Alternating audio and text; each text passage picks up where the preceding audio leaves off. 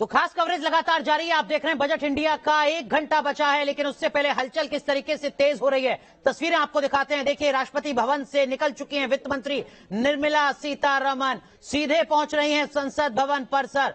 राष्ट्रपति से मंजूरी के बाद अब संसद भवन के लिए रवाना हो चुकी हैं वित्त मंत्री निर्मला सीतारमण, और संसद भवन में बजट की कॉपी पहले ही पहुंच चुकी है।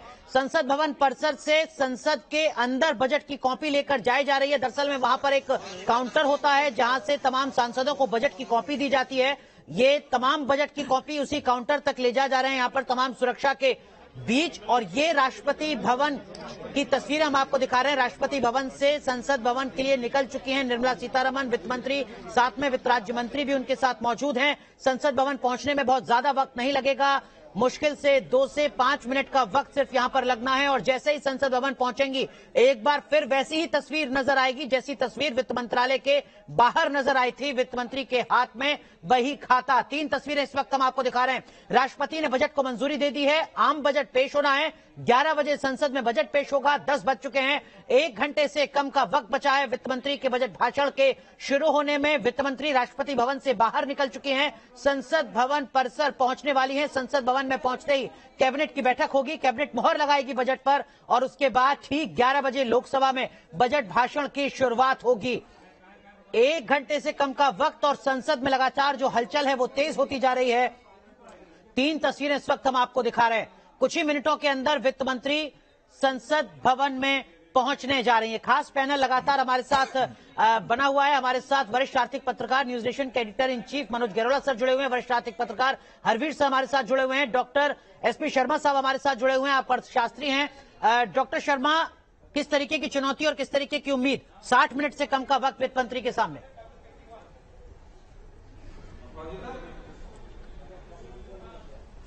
देखिए, चुनौती सबसे बड़ी इन्फ्लेशन को कंट्रोल करने की है और एम्प्लॉयमेंट क्रिएट करने की है। जो ग्रोइंग यंग पॉपुलेशन है उसके लिए एम्प्लॉयमेंट क्रिएट करना एक बहुत बड़ी चुनौती है, और डिमांड क्रिएट करना, ये मैं समझता हूं कि अगर डिमांड क्रिएट होगी तभी एम्प्लॉयमेंट क्रिएट हो पाएगी। जब डिमांड क्रिएट होगी then people will demand for goods and services, तो फैक्ट्रीज में एम्प्लॉयमेंट क्रिएट करने की जो पॉसिबिलिटी है और इंक्रीज होगी। और इन्फ्लेशन को कंट्रोल करने के लिए जैसे इंटरनेशनल कमोडिटीज हैं उनके इंपोर्ट होते हैं, तो उनके ऊपर जो कस्टम ड्यूटीज हैं उनको कंट्रोल करना चाहिए, उनको कम करना चाहिए, सो दैट के जो मैन्युफैक्चरर्स हैं उनको जो उनके प्राइस कॉस्ट मार्जिन हैं वो अच्छे से मेंटेन हो और वो ज्यादा से ज्यादा प्रोडक्शन पॉसिबिलिटीज कर पाए, प्रोडक्शन को एक्सपेंड कर पाए, एम्प्लॉयमेंट क्रिएट कर पाए। तो चुनौती जो है वो डिमांड से शुरू होती है, डिमांड क्रिएट करना, उसके बाद रोजगार पैदा करना, उसके बाद जो व्यापारी वर्ग है, जो छोटे मझोले उद्यमी है, उनके लिए एक ऐसी सुविधा प्रदान करना, जैसे कि जो स्मॉल बिजनेस है वो सबसे ज्यादा इंपैक्ट हुए हैं कोरोना पीरियड में, तो उसके लिए एक खास पैकेज होना चाहिए जिस वजह से वो आगे सस्टेन कर पाए। 6 करोड़ माइक्रो यूनिट है भारत में, तो उनके लिए एक विशेष प्रावधान की मैं उम्मीद रखता हूं कि उन्हीं से डिमांड आएगी और उन्हीं से रोजगार पैदा होगा।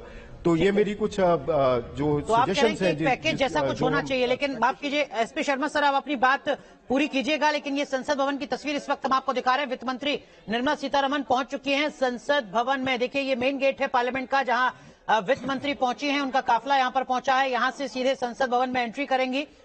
वित्त मंत्री यहां पर पहुंच चुकी हैं, तस्वीरें इस वक्त हम आपको दिखा रहे हैं, साथ में वित्त राज्य मंत्री भी मौजूद हैं। और यहां वो दरअसल में तस्वीर नजर आती है जो हर साल बजट पेश होने वाले दिन नजर आती है, जब वित्त मंत्री सबसे ऊपर वाली सीढ़ी पर पहुंचती हैं, पलटती हैं और जो बही खाता है उसको दिखाते हैं। ये तस्वीर देखिए जरा, वित्त मंत्री निर्मला सीतारमण, साथ में बही खाता, वित्त राज्य मंत्री, और यहां से सीधे कैबिनेट की बैठक की शुरुआत।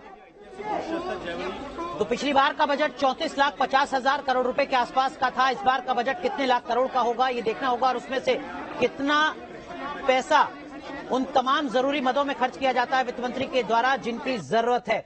हरवीर सर, जैसा एसपी शर्मा सर कह रहे थे कि देखिए डिमांड क्रिएट करना बहुत जरूरी है, वो तो एक पैकेज की भी मांग कर रहे थे, क्या ऐसी कोई संभावना आपको नजर आती है संक्षेप में सर? देखिए, गवर्नमेंट के सामने एक बड़ा चैलेंज है महंगाई पर अंकुश और रोजगार पैदा करना। ये दोनों एक दूसरे जुड़े हुए पहलू हैं और सरकार के पास लिवरेज है। जिस तरीके से रेवेन्यू कलेक्शन बढ़ा है, उनके पास इस बार स्पेस है कि वो ज्यादा खर्चा करें और टैक्स के मोर्चे पर कुछ राहत दें, वो डायरेक्ट टैक्स हो या इनडायरेक्ट टैक्सेस हो। ठीक है, मनोज सर, आपको लगता है क्या जो तमाम अटकलें हैं कि देखिए इस बार डायरेक्ट टैक्स में कुछ राहत मिल सकती है, 2.5 लाख से बढ़कर 3 लाख, स्टैंडर्ड डिडक्शन 50,000 से बढ़कर 60,000, ऐसी कोई संभावना आपको नजर आती है सर? नहीं, ये तो देखिए थोड़े टाइम के बाद ही अभी मालूम हो जाएगा, लेकिन मेरे ख्याल से बहुत ज्यादा लंबी चौड़ी संभावनाएं मेरे को नजर नहीं आती। वो पिछली बारी लास्ट टाइम आपने देखा होगा कि कॉर्पोरेट टैक्स कम किया था, तो मेरे ख्याल से अभी वो थोड़ा स्टेबिलिटी उसमें रखेंगे। हो सकता है कि कुछ कॉस्मेटिकली थोड़ा बहुत उसमें चेंज कर दें, लेकिन सबसे बड़ी समस्या जो रोजगार की समस्या है, सबसे बड़ी समस्या वही रहेगी।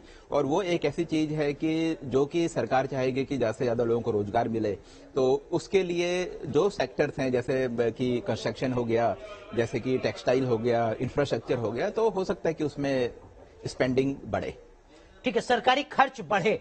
हमारे साथ एक और खास मेहमान जुड़ रहे हैं, आशीष जी हैं हमारे साथ, चेयरमैन है IMC agriculture and food processing committee के।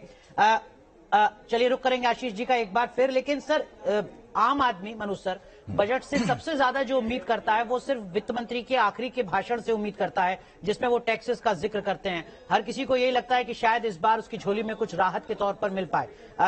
क्यों आपको लगता है कि बहुत ज्यादा संभावना नहीं है सर? नहीं, देखिए ऐसा है कि हर साल तो आप उम्मीद कर नहीं सकते हैं, और दूसरा कि अभी जो टैक्स कलेक्शन जिस तरीके से हमारा बड़ा है, और एक जो स्टेबिलिटी टैक्स रिजीम में आई है, वो मेरे ख्याल से वो भी थोड़े टाइम और चलेगी। और दूसरी चीज ये है कि अगर आपको रोजगार उपलब्ध कराना है तो गवर्नमेंट चाहेगी कि जो भी उनके रेवेन्यू हैं वो ज्यादा से ज्यादा हो। तो उसके लिए आपने देखा कि टैक्स कलेक्शन में लास्ट टाइम के मुकाबले 10-11% की जो ग्रोथ हुई है, तो सरकार चाहेगी कि वो ग्रोथ उसमें बनी रहे। एक चीज और सर मैं आपसे समझना चाहूंगा, जिसका जिक्र योगेंद्र सर ने किया था, और उस पर हरवीर सर आपका भी मैं रिएक्शन लूंगा। वो ये योगेंद्र सर ने कहा कि वेल्थ टैक्स और सुपर रिच टैक्स जैसा जो प्रावधान है, इस पर एक बार फिर विचार करना चाहिए सरकार को। इससे कोई दिक्कत नहीं है, जो ज्यादा अमीरों से पैसा आप कमाएंगे उसको आप किसानों पर, गरीबों पर खर्च कर सकते हैं। नहीं, मेरे को समझ नहीं आया कि उनका कहने का मतलब क्या था। वो जिन बिलियनियर की बात कर रहे हैं वो उनके पर्सनल इनकम की बात कर रहे हैं। फॉर एग्जांपल, अगर कोई स्टार्टअप है जिसका सारी की सारी वेल्थ सिर्फ उसके शेयर्स की फॉर्म में है, तो उस पे आप क्या टैक्स लगाएंगे, कैसे टैक्स लगाएंगे? वो बात मेरे को समझ नहीं आई जी। दूसरा ये कि सुपर रिच को टैक्स करना, मतलब कि जो ज्यादा पैसे कमा रहा है उस पे टैक्स करना, ये रिजीम हिंदुस्तान में बहुत पहले था, और जब ये रिजीम था हिंदुस्तान सबसे ज्यादा गरीब था। तो मेरे ख्याल से तो हमें ऐसे कंड्यूसिव एनवायरनमेंट पैदा करना चाहिए जिससे कि हमारे यहाँ लोग ज्यादा से ज्यादा अपनी इंडस्ट्रीज लगाएं, ज्यादा से ज्यादा व्यापार करें, ट्रेड बढ़े। मेरे ख्याल से उस पर ज्यादा हमें फोकस करना चाहिए, बजाय इसके कि किसी पर्टिकुलर वर्ग को। आपका रिएक्शन? वेल्थ टैक्स 2016 में खत्म कर दिया गया था, सुपर रिच टैक्स 2019 में लागू किया, लेकिन उसके तुरंत बाद ही लगभग उसको वापस भी ले लिया गया था एक बार फिर। लेकिन एक दलील लगातार दी जाती है कि आप जो ज्यादा अमीर हैं उनसे ज्यादा टैक्स लीजिए, वेलफेयर स्टेट है, बाकी जरूरतमंद लोगों पर खर्च कीजिए। इंडस्ट्री कहती है कि देखिए साहब ये तो जाती है, हम भी अपनी मेहनत से कमा रहे हैं, इसका मतलब ये थोड़ी है कि आप हमें लूटते रहेंगे।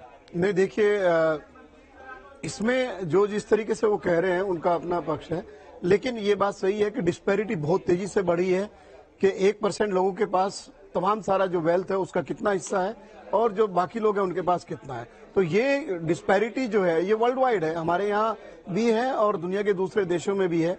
लेकिन कहीं ना कहीं आपको जो रिच सुपर रिच है, जो उनकी खुद की इनकम है, मैं कहता हूँ कि कंपनी और जैसे मनोज ने कहा